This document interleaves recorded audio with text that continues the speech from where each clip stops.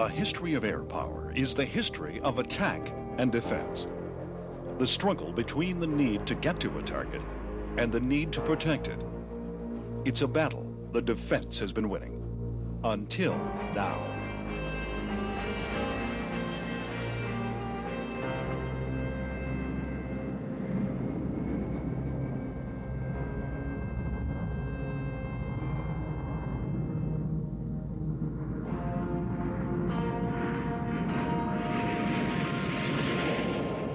Radar, radio detecting and ranging, changed everything. It was the key to the Royal Air Force winning the Battle of Britain in 1940. It came very close in 1943 to letting the Luftwaffe win the air war over Germany. The Cold War that followed was another story. The United States wanted intelligence about the Soviet Union, but there could be no massive suppression of Russian fighters. The result was the now famous U-2 spy plane, a design that was an outstanding success until one piloted by Francis Gary Powers was shot down in 1960. That breakthrough defense led to a redoubled effort to find an offensive solution. The same group which earlier had designed the F-104 Starfighter came up with a secret supersonic reconnaissance aircraft, the A-12, which subsequently evolved into this. The SR-71 Blackbird. This big black monster can maintain a cruising speed of 2,300 miles an hour and at a height of 95,000 feet. It holds all the current aircraft speed, altitude, and speed over distance records. For years, it was one of the tightest held secrets in the Western world. An immensely powerful, blindingly fast superplane. It was designed to be flown against the most sophisticated air defenses in the world. As proof of its capabilities, the SR-71 repeatedly overflew North Vietnamese and Chinese airspace without being successfully attacked between 1967 and 1972. The SR-71 Blackbird flies so high and so fast, it can theoretically only be brought down by the Soviet Union's monstrous Griffin SA-5 surface-to-air missile, traveling at Mach 5, and only then if it uses a nuclear warhead. As it gently bobs on subsonic air, take a close look at the world's fastest airplane. The reason it's so fast is the same reason a Formula One race car is fast. It has an incredibly high power-to-weight ratio. Weight has been kept down by building the SR-71 almost entirely out of titanium, one of the lightest metals on Earth. The strength comes from its two unique Pratt & Whitney engines, each rated at 35,000 pounds of thrust, enough to drive the world's largest ocean tankers. You can see one reason they're unique in the mouth of each engine. The two cone-like objects, or spikes, have a crucial role. Up to about 1,600 miles an hour, each engine acts as a normal turbojet. Then, as the speed increases, they become ramjets, with their afterburner providing practically all the thrust. To do this, the spike is automatically moved forward and back as the speed changes, so the shock wave just hits the leading edge of the inlet, maximizing the amount of ram pressure. The whole effect is so mean-looking, it's sometimes hard to really see the shape of the SR-71. Note that it's made up of a few long straight lines and a great many curves. See how the sides of the body are flared out into broad chines, and the same treatment is applied to the outer edges of the engine nacelles. Note that the wing is basically a large delta, and that the engines are partially shielded by those cones. Note, too, that the two vertical fins lean inward, and finally, note again that the whole outer skin is painted black. All of these elements came as the result of testing its predecessor, the A-12, on a special radar test site and making changes accordingly. The location of the engines, for example, was designed to make the aircraft as small as possible from the side and from the front, the direction of the potential acquisition radar. The chine and the angled wing and fins eliminated vertical surfaces so radar would be reflected at an oblique angle. And the aircraft was painted with radar absorbent material, or RAM, to further weaken the return.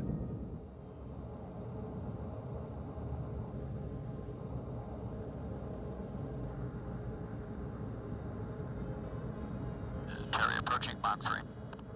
Roger that.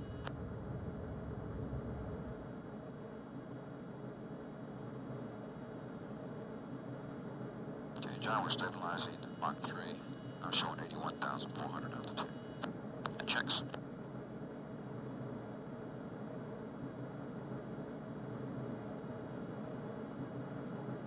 And indicating Mach 3.0 at this time. Level off checks. Inlet set. Inlet's check good. Fuel check. Yeah, looks like we're about 3,000 low in the fuel.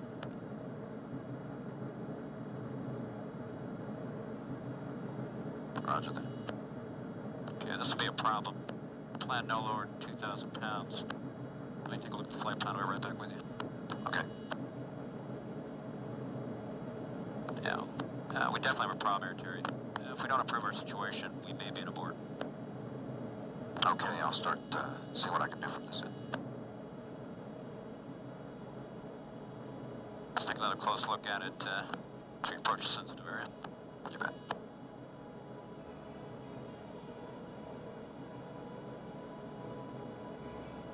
Now, about 1 minute out of the sensitive area at this time.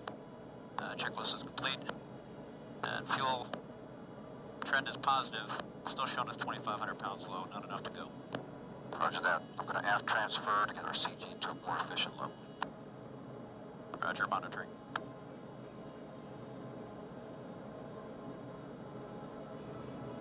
Terry, about 30 seconds to the next turn point.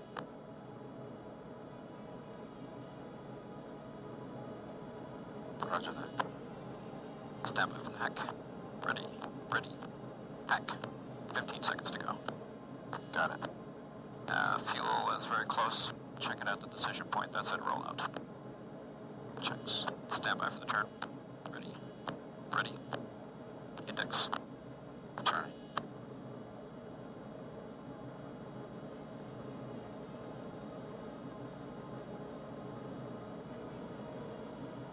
Back ankles look good.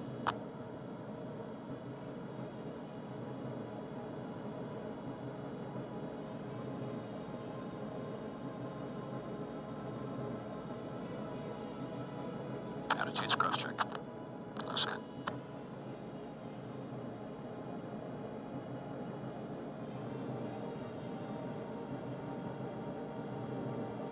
Try to adjust speed slightly to give you a smoother platform. Roger.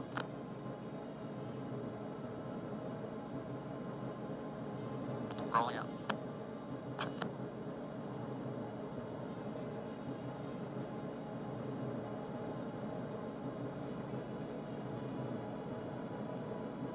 At the decision point, rear cockpit, go.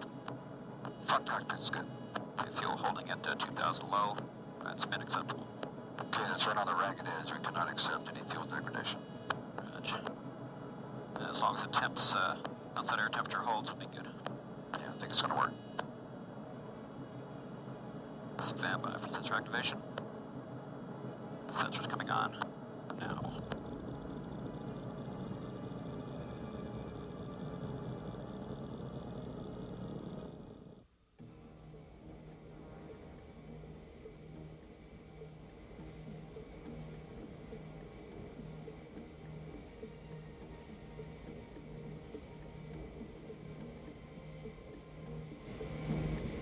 Both 5-4 flight, roll out heading 010.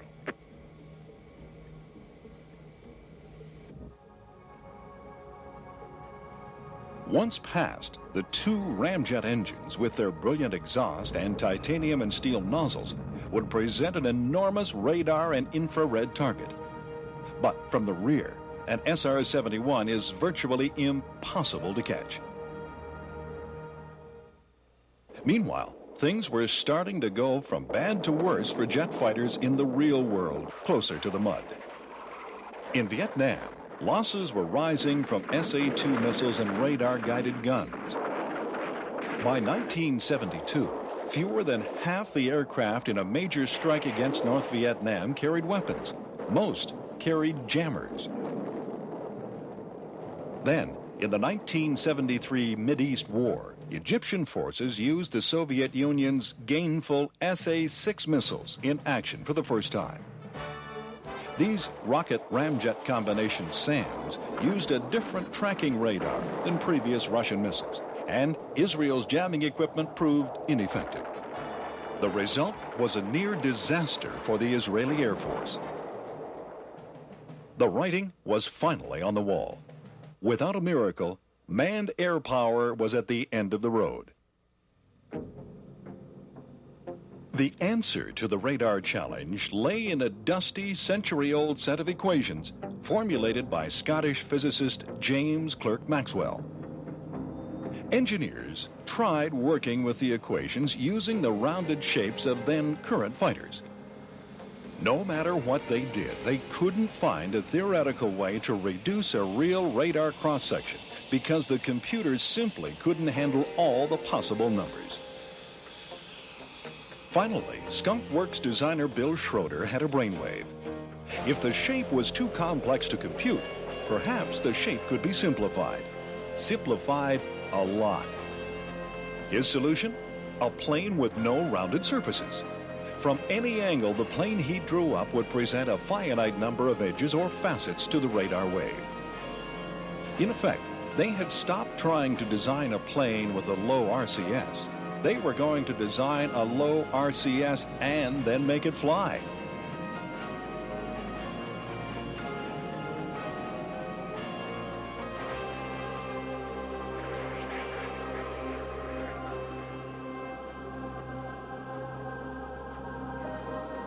The F-117A. For more than 10 years, this aircraft was America's best-kept secret. Designed as a demonstration project in 1976 and codenamed Hev Blue, it was so good, so invisible, the Carter administration immediately transferred the project to the U.S. Air Force Systems Command and placed it under special access rules. Testing went on through 1978. Before a test, even the gaps around the canopy and fuel filler door had to be filled with paint-type RAM and allowed to dry. One thing they found out was that every crack and slot mattered. Attention to detail even went so far as designing new screws because conventional slot-headed screws showed up like barn doors. Two more things. Air Base at Tonopah, Nevada. By no coincidence, these squadrons were all night fighter units in World War II. That leaves one big stick right up in the air question. Why on earth is the pilot's compartment so high? You'd know just as soon as you got ready to land. The F-117A comes in nose high, real high. And unlike the Concorde, that nose isn't hinged to get out of the way. The only solution was to put the pilot up higher to make landing possible. So far, all but 3 F-117As lost in testing and training have landed safely.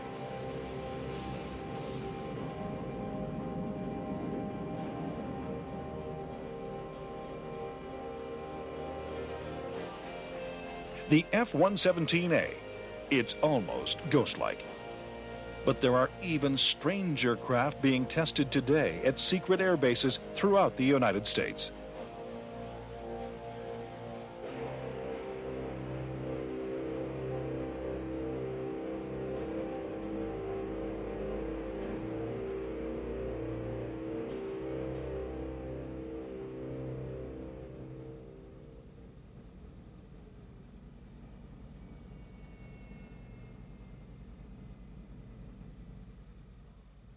The 1960 barrage of Soviet SA-2 missiles to knock down Gary Power's U-2 had another effect.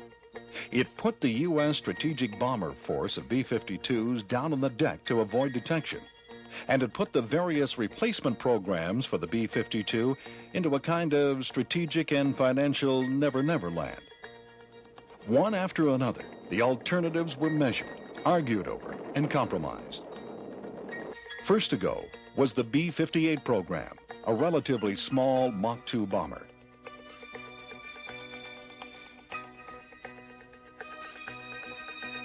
An even more obvious casualty was the B-70 program.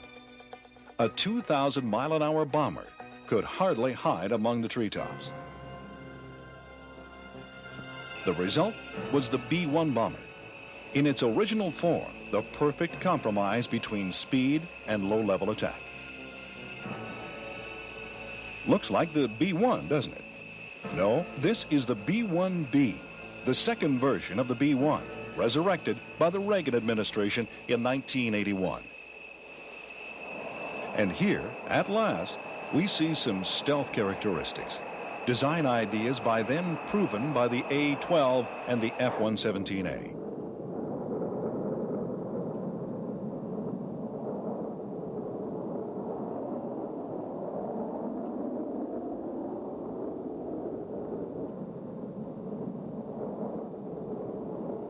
But ironically, two of its basic ideas are now in conflict.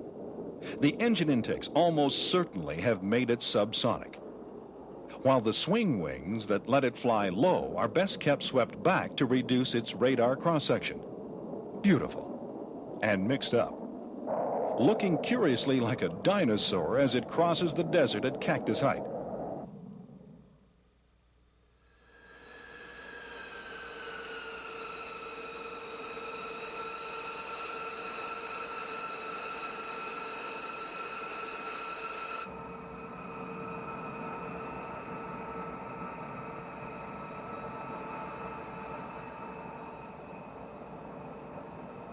Instead of a compromise, what was needed was a bomber designed from scratch to penetrate the thickest possible radar defenses. A bomber incorporating the latest advances in stealth technology. What was needed was this unbelievable aircraft. The B-2 stealth bomber.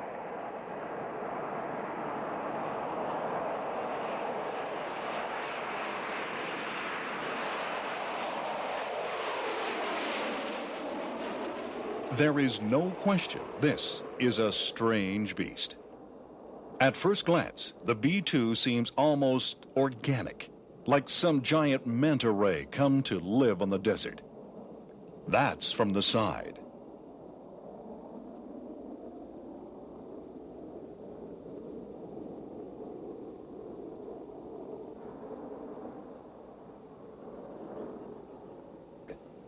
From above or below, it has no curved lines at all, just 12 straight edges, 5 parallel to the front left, 5 to the front right. In this respect, the bomber resembles the F-117A. But from the side or front, the B-2 is all gentle curves, not at all like the fighter. The reason is both complex and simple. The analysis that was impossible for Bill Schroeder in 1976 because it was too big for his computer was possible when the B-2 was designed because Northrop used a Cray supercomputer. The Cray allowed engineers to compare radar refractions on curved surfaces and juggle them with traditional aerodynamics. In this way, the B-2 is a lot more of an airplane than the F-117A. It doesn't fly in spite of its design.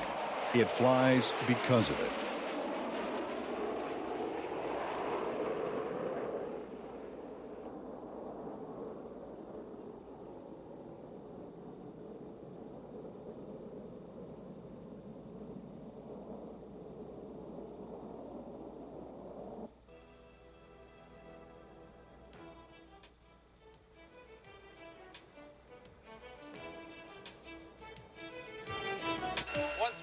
Contact position, 8-4 is ready.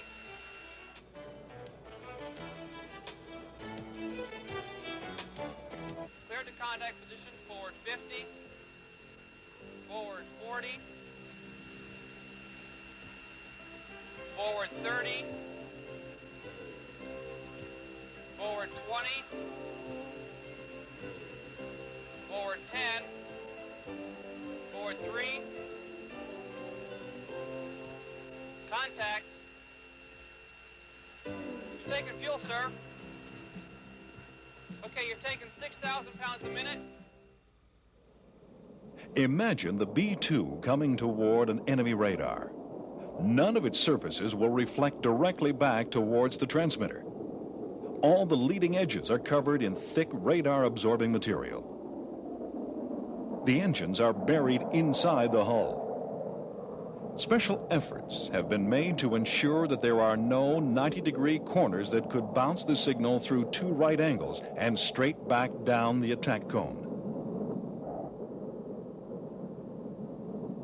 And you have your outflow, 10,000 pounds. Disconnect now. Pilot boom receiver is dropping back.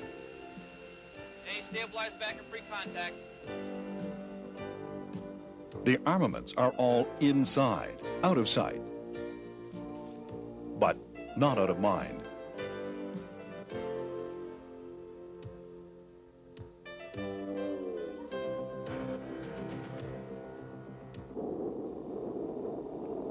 This is the plane the Soviet Union feared the most.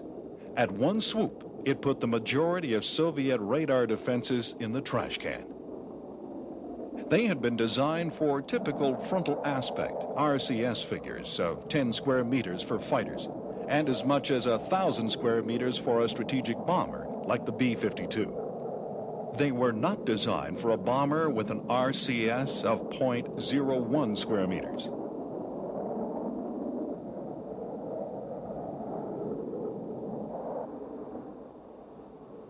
There is an argument made by some experts that these two planes, the F-117A and the B-2, played a part in ending the Cold War.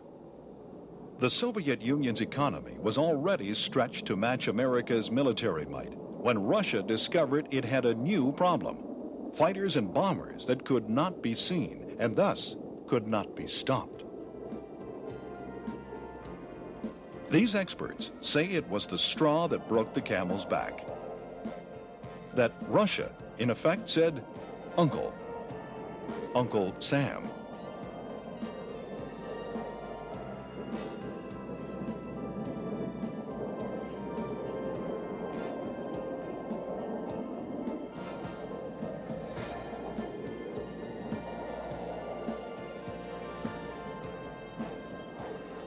If that's true, there's one man who deserves some credit at long last. His name is Jack Northrop, the creator of the N9M, the XB-35, and the YB-45, the Flying Wing. It's all in these planes: the thin cross-section, the absence of engine pods or tail fins or rudders, and, for the jet-powered YB-45, the low RCS figure.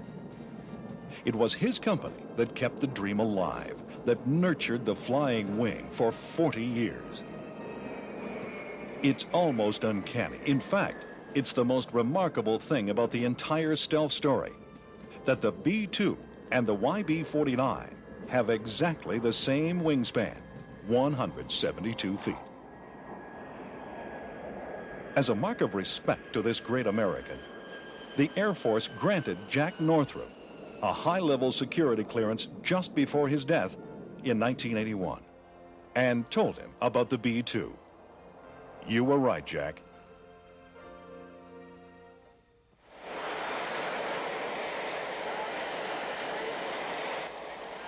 While the United States developed its stealth fighter and bomber, it still faced the problem of how to protect its strike aircraft from intense ground fire and marauding enemy fighters. One solution was to build an aircraft that could fight its way to the target alone, bomb with pinpoint accuracy, then fight its way back home. The F-15E dual-role fighter was designed to do just that and became Tactical Air Command's newest Night Stalker. In the 14 years that have passed since first flight, the F-15 Eagle, built by Mac Air, has dominated the skies of the world as the Air Force's air superiority fighter. And in this role, the Eagle will continue to defend the United States and our allies for many years. This new breed of Eagle, the F-15E, will retain that capability but it is also designed to strike high-value ground targets in night and in poor weather. Its new mission, long-range interdiction, requires large payload capability as well as outstanding air superiority characteristics. Let's look at some of the changes that have been made to the Eagle, which is being displayed here. 60% of the airframe has been changed to make it stronger, giving the F-15E the ability to take off with a gross weight of up to 81,000 pounds and sustain a 9G load factor throughout its flight envelope. The same structural changes will extend its life expectancy to 16,000 hours of flight, or twice that of the earlier F-15s, and it will be able to carry up to 24,500 pounds of weapons. The low-drag conformal fuel tanks will add about 9,000 pounds of fuel. These tanks will carry weapons on stub pylons rather than on conventional carriage racks, reducing drag and thus stretching the range of the Eagle. That's just the airframe. The F-15E, as well as some recently delivered Cs and Ds, will be powered by two new Pratt & Whitney F-100-220 engines, which incorporate the latest in digital technology to provide better performance and better maintenance. Those of you who've seen the F-15 perform in air shows may find it hard to believe that it can accelerate faster or maneuver better, but that's what will happen with these new engines.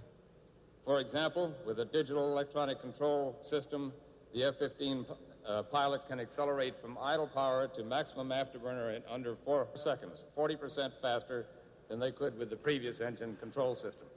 Faster engine acceleration means quicker takeoffs and crisper response while maneuvering. The new engine is more maintainable as well. The digital system's components were designed with externally mounted modules that can be changed without removing the engine. This modular system has reduced the number of man-hours required to maintain the power plant by more than 50%. A system that automatically trims the engine will eliminate costly trim runs and result in a 6% savings in fuel costs. In addition, the 220 engine has an engine monitoring system that records engine data and faults, eliminating the need for manual tracking. It will substantially simplify engine troubleshooting and repair. And for the future, the F-15E has a new technology engine bay designed to accept other engines which may be desired to meet developing requirements. Mac Air has blazed a trail for the aerospace industry in developing a very sophisticated process called superplastic forming and diffusion bonding to help make this new engine bay. The process allows us to form larger parts from single pieces of metal, which reduces the number of fasteners and overall weight of the airplane at a lower manufacturing cost. To help guide the F-15E's crew over long distances in darkness and poor weather, several new avionics systems have been incorporated. The new inertial navigation system, developed by Honeywell, uses a highly reliable ring laser gyro to continuously determine the aircraft's position and provide that information through the computer to the various systems and displays in the cockpit, including a new moving map. This new system will feature reliability on the order of 10 times that of its forerunner. The Hughes APG-70 radar will find the target at long ranges.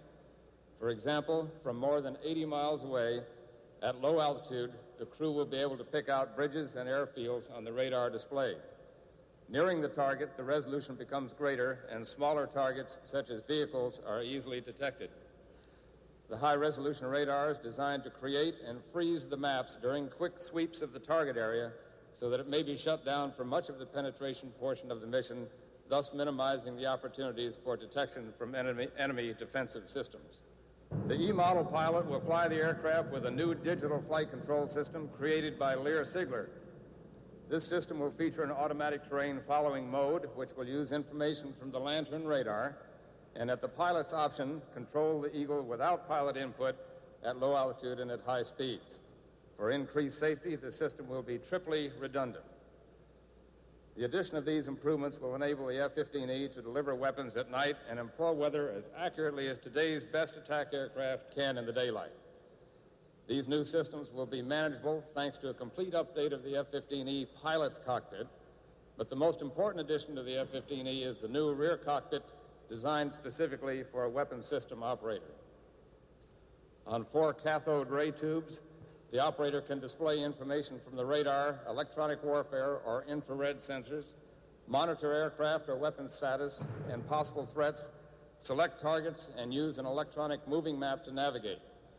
Two-hand controllers are used to select the new displays and to refine the targeting information.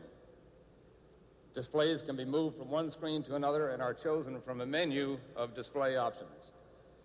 In addition to the three similar tubes in the front seat, the pilot has a transparent glass screen called a heads-up display, or HUD, in front of him at eye level that displays vital flight and tactical information.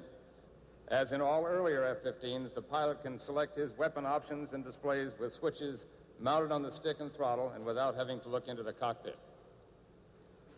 Already the safest fighter in the United States Air Force history, the new version of the Eagle will provide a long-range ground attack capability without sacrificing its ability to survive, since it will retain all its air-to-air weaponry as well as its speed and maneuverability.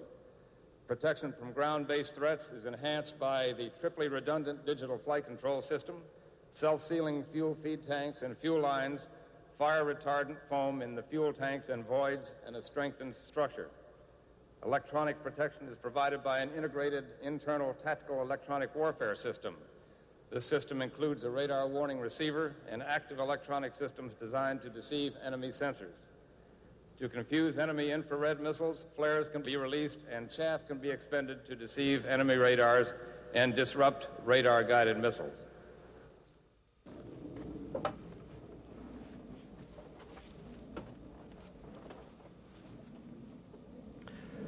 Major changes have been made in the F-16C cockpit. These are designed to improve operational capability and flexibility. Directly in front of me is a new wide-angle heads-up display. It provides the pilot with all the flight information and weapons aiming cues he needs to keep his head out of the cockpit and on his target. The new HUD also has a raster capability for displaying a 25-degree field of view of infrared image. With an appropriate sensor, the pilot can navigate and deliver weapons by using the infrared imagery displayed on the HUD.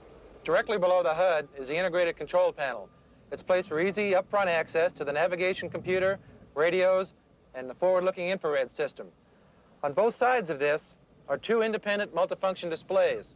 They provide weapon and sensor control and large format displays of air-to-air and air-to-surface radar information, various sensor imagery, weapons and stores management data, as well as built-in test data. Prior to flight, all of the mission navigation, communication, and identification data, plus target and weapon information, are loaded onto this cassette. The pilot then inserts the cassette into the console receptacle, and all of the mission information is automatically loaded into the onboard systems. Of course, the pilot can modify that information at any time by using the upfront control panel. As in the F-16A, key controls are arranged so that the pilot, while in combat, can operate with his hands on the stick and throttle.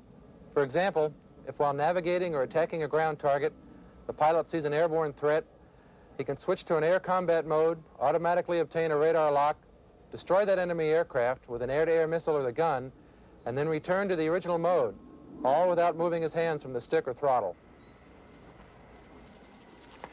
Well, now let's get in the air. It's time to see these systems in operation.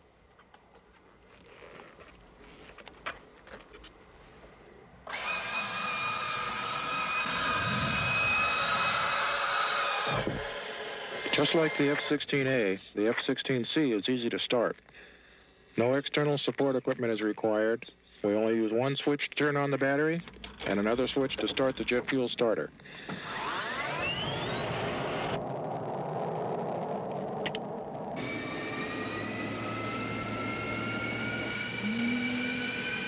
"30 seconds later, the engine is up to idle speed and the pilot begins his pre-flight checks and aligning the inertial navigation set. The entire process, from start to takeoff, can take less than 1 minute, but today we'll take it a little bit easier. With the data transfer equipment, the entire mission can be loaded into the aircraft systems in only 5 seconds.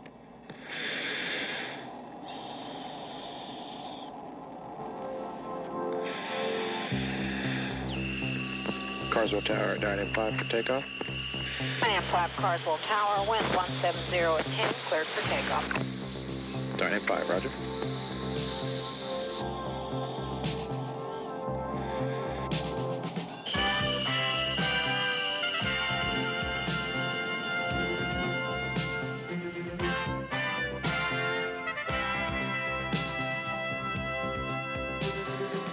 The excellent field of view from the F-16 cockpit is one of the first things a new pilot notices. With no canopy bow frame and a low canopy rail, he has an unobstructed view of the world outside.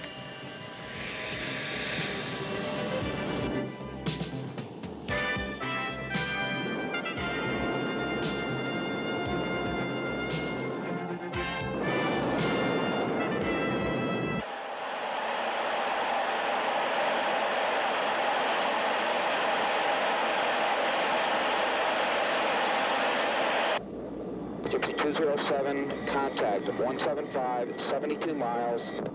Looks like a flight of 2, Angels 10. Close out curves showing 78 miles. James, close out shows 25 miles separation. Turn it down.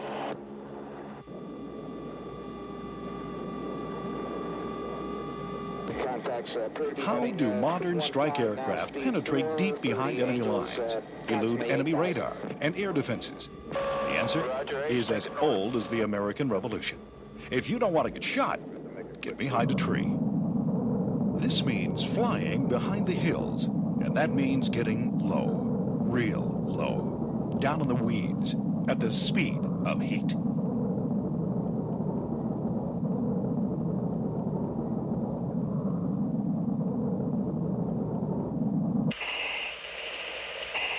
These pictures show what it looks like at 550 miles an hour at 300 feet. What they can't show you is the way it feels, banging against the harness, your stomach in your mouth, with death a second's misstep away.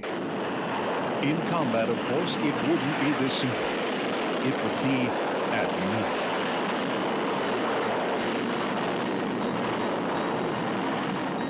Lanterman, developed by Martin Marietta Corporation, stands for Low Altitude Navigation and Targeting Infrared Systems for Night. It combines forward-looking infrared imaging, terrain-following radar, precision pointing and tracking, laser designation and ranging, and automatic weapons handoffs to minimize pilot workload. Pilots of the 4th Tactical Fighter Wing say they can drop their bombs within 10 meters, some say 10 feet of the target. This accuracy can be achieved using the radar and infrared navigation pod. As the pilot goes into an attack, he maintains his overall situation awareness in the hunt. He finds the target area and positions himself with the infrared or FLIR sensor of the navigation pod. The final approach is then set up with the targeting pod. After target lock-on, the attack is flown heads up with all weapons delivery calculations and functions performed automatically. But for all its capabilities, it's really only a stopgap measure.